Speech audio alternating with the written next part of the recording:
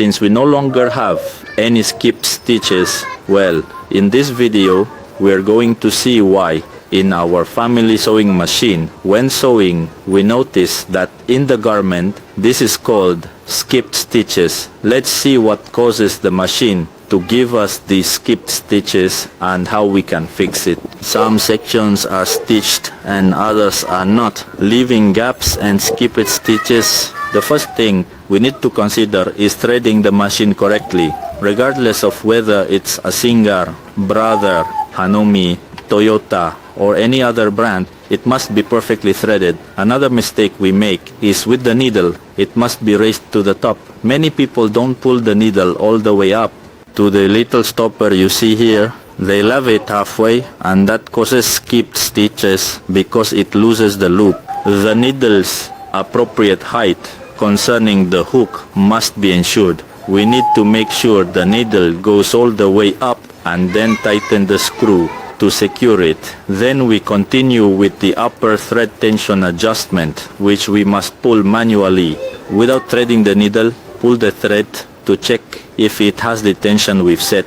If it has too much tension and the thread doesn't come out freely, it means the tension discs are holding the thread, causing skipped stitches due to the thread being retained. Likewise, we must consider the bobbin case tension. Pull the thread manually to ensure it doesn't hold. Not too many problems occur. Next, we continue with the needle, and we must consider the following. It should not be blunt or have a bent tip. We must ensure the tip is entirely straight, not having any roughness or wear on the tip. We can check this easily by rotating it without feeling any burr. If it has any burr, roughness, or if we see the tip is blunt or bent, this will also cause skipped stitches. Now we must move on to the most critical points, which are the adjustments we need to make to the machine. If we've done all the previous steps and our machine is still the same, we need to focus on the correct needle bar height and adjusting the hook well. Remove the bobbin case and lower the needle to its lowest point, which is the correct height for all vertical hook machines, where the needle eye is centered with this part. Now let's remove these parts. You can do it by tilting the machine and even take out the hook.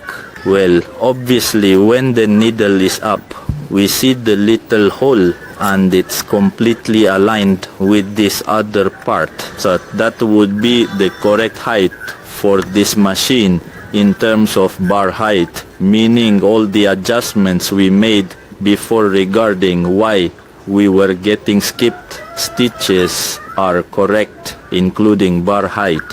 Finally, we would check the hook timing by placing the needle at its lowest point. This needs to rise 2 to 3 millimeters, and at that time, the hook's tip should pass over the needle's eye by at least 0.5 millimeters. It should always go above the needle's eye. So let's turn the flywheel.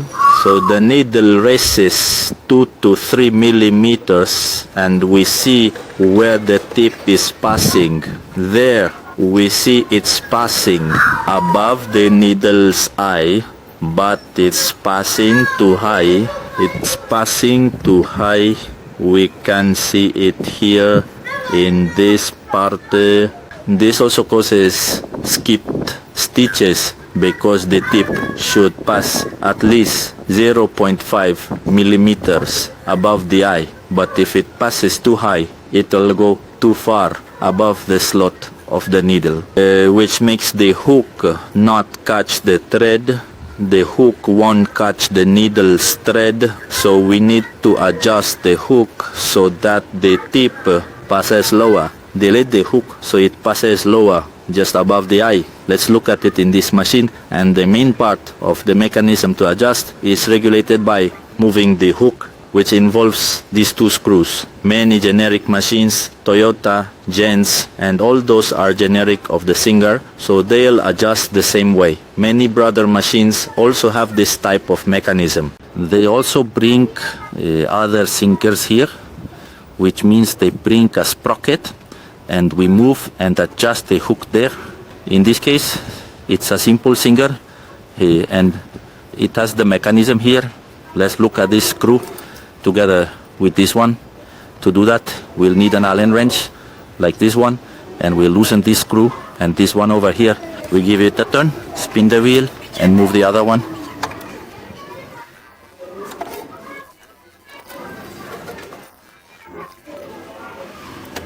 Remember, not all machines have the same part for adjusting, but we should try to locate some piece that allows us to move the hook and we can advance or delay it. Just open up all the machines from below and analyze what piece will help us do that. After loosening these two screws, we can freely move the hook. Let's see.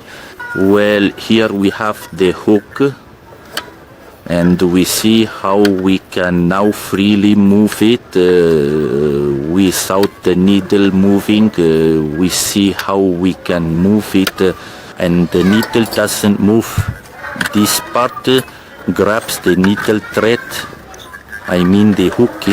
We place it and see when we move it, the needle stays completely still. So now we must adjust that height. Let's put the hook in, see the tip, and move it back a little. And let's lower the needle. It should rise about 2 to 3 millimeters, more or less there. And if we see the tip is passing too high, we'll move it back a bit more. And when it's more or less in place, we tighten one of the machine screws.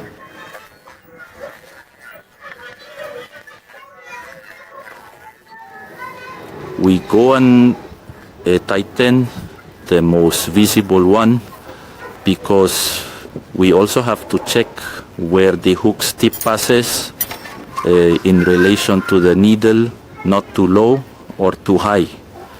When we tighten it again, we need to look at the hook. Okay, here we see.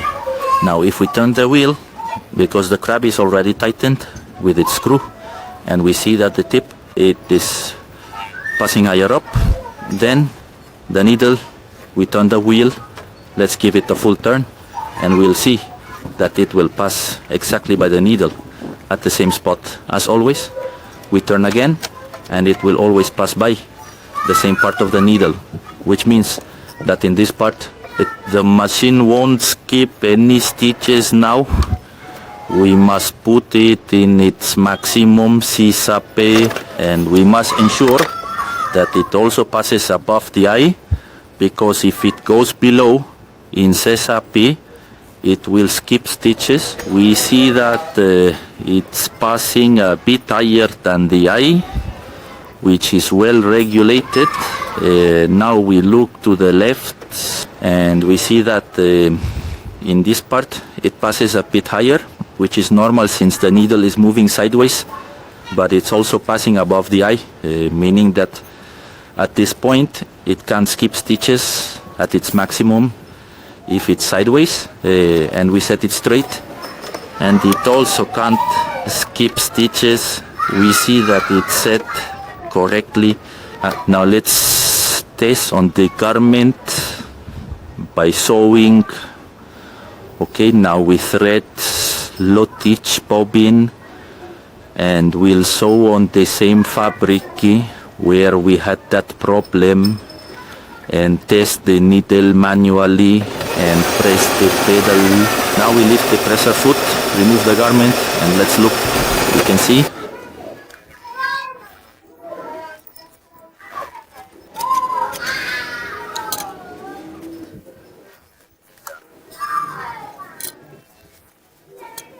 how it doesn't skip any stitches at all, completely different from the previous stitching. There we see that we don't have any skipped stitches. If we look at the back, we see it's the same on top with no skipped stitches.